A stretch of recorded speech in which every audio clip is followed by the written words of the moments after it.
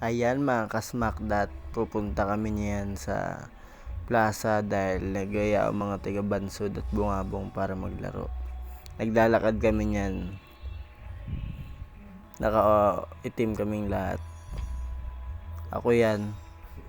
At ayan, matunghayan natin mamaya ni Smackdat King ang mangyayari sa kanya.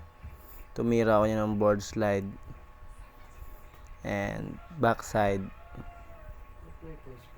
Hindi ko nabuo ang 180. Ayan, si Smackdat. Lumipat kami ng spot. Si Smackdat, Tutoy. Lumapit. Ayan, si Samuel. Si Lance Chupa. Lumapit ngayon si Orlan.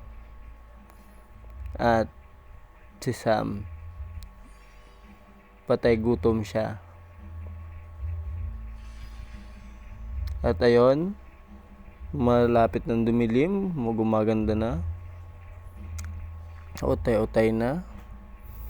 Yan yung mga buraot na bata na gumagamit ng board namin. Ayan, si King. Pansin nyo naman, masaya ang mga dayo. Natumba si Lance. Natumba siya at pinagtawanan, muntik nang tumulo ang kanyang luha. Napabape na lang siya sa sakit na kanyang naramdaman. At ayun, utay-utay na siyang tumatayo.